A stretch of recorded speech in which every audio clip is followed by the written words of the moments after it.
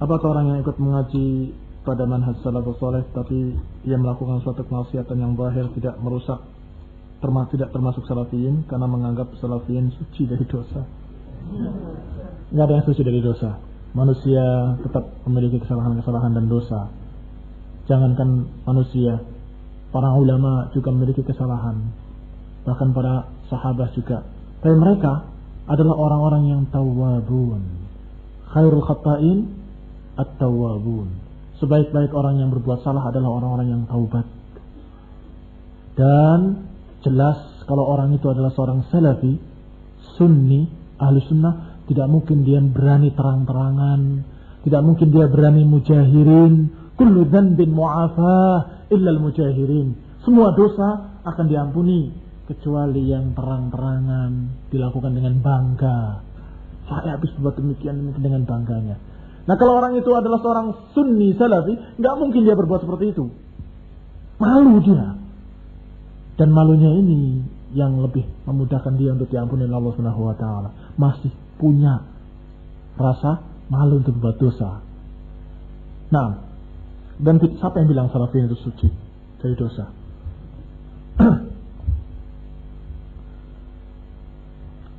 Tapi lihat, kalau seorang sahabat terjerumus ke dalam zina, beda dengan orang sekarang. Datang kepada Rasulullah SAW. Ya Rasulullah, aku berzina. Walaupun dia tahu nanti akibatnya dia akan dirajam. Siap. Ada sekarang. Kira-kira yang seperti itu. Ada. Jadi bukan suci dari dosa, tapi dia itu orang yang tawwabun. Mereka para salafus saleh adalah orang yang tawwabun. Kullu bani Adam khata'. Semua bani Adam memiliki kesalahan-kesalahan, tapi khairul khata'in at-tawwabun. Sebaik-baiknya orang yang salah adalah orang yang taubat. Sampai diberi kesempatan oleh Rasulullah SAW untuk menghindar. Rasulullah berpaling dengan mengatakan, kamu mungkin cuma mencium saja, berbalik ke arah lain. Masih dia berbalik lagi ke sana. Demi Allah, dengan sumpah yang kedua, bahwa aku berzina ya Rasulullah. Tidak, kamu barangkali cuma berpelukan saja. Tidak, kamu barangkali mubasyarah saja. Terus sampai 4 kali dia bersumpah. Ma'is rahimahullah radhiyallahu anhu. Kemudian yang perempuan dari Ghamidiyah, sampai Rasulullah mengatakan, kamu mungkin cuma mencium saja dan cuma, ya Rasulullah, apakah engkau akan mengatakan kepadaku seperti engkau katakan pada Ma'is? Ini mau mengatakan bahwa cuma ini. Demi Allah, sekarang saya sudah hamil. Ini sudah mau dihindarkan apa lagi? Sudah jelas sekarang hamil. Bagaimana enggak berzina hamil kalau cuma mencium saja? Saya sudah hamil. Kata Rasulullah, kalau itu kamu pergi sampai melahirkan. Berapa bulan kesempatan untuk lari? Kalau bukan sahabiyah, nggak mungkin begini. Nggak mungkin balik lagi. Dikasih kesempatan sekian bulan, 9 bulan. Dibiarkan. Tidak diikat dan sebagainya. Nah, bebas. Nanti 9 bulan datang lagi. Ini kan kata para ulama, ada yang mengambil kesimpulan bahwa ini kesempatan. Diberi oleh Rasulullah kesempatan, kalau mau lari, mau tobat, silahkan. Lari terus tobat. Tapi tetap balik lagi. Ya Rasulullah, ini anakku, aku sudah melahirkan. Kata Rasulullah, susui dulu. Sampai bisa makan sendiri. Kasih kesempatan lagi 2 tahun. Bukan 9 bulan.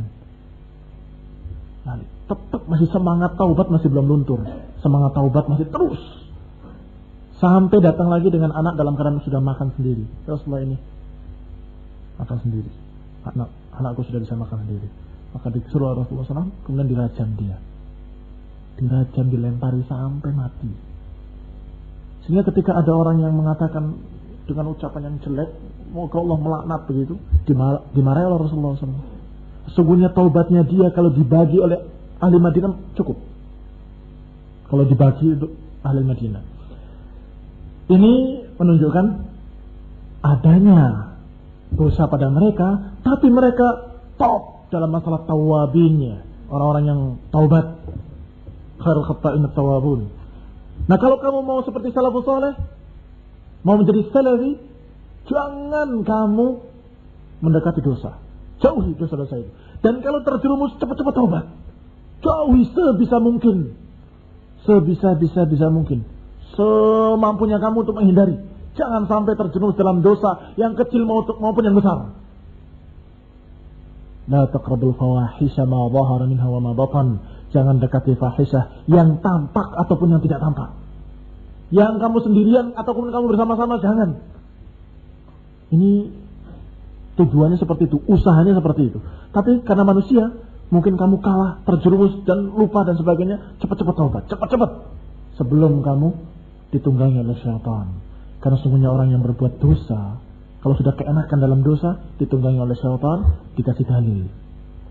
Kalau sudah dikasih dalil oleh syaitan, bukan lagi seorang asi, tapi seorang mubtadi' dhal.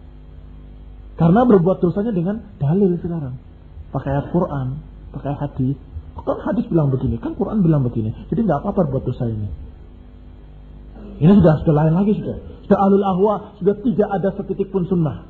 Tidak ada sedikit pun bagian dari ahli sunnah. Jelas-jelas ahlul bid'ah. Maka jangan sembarangan masalah dosa.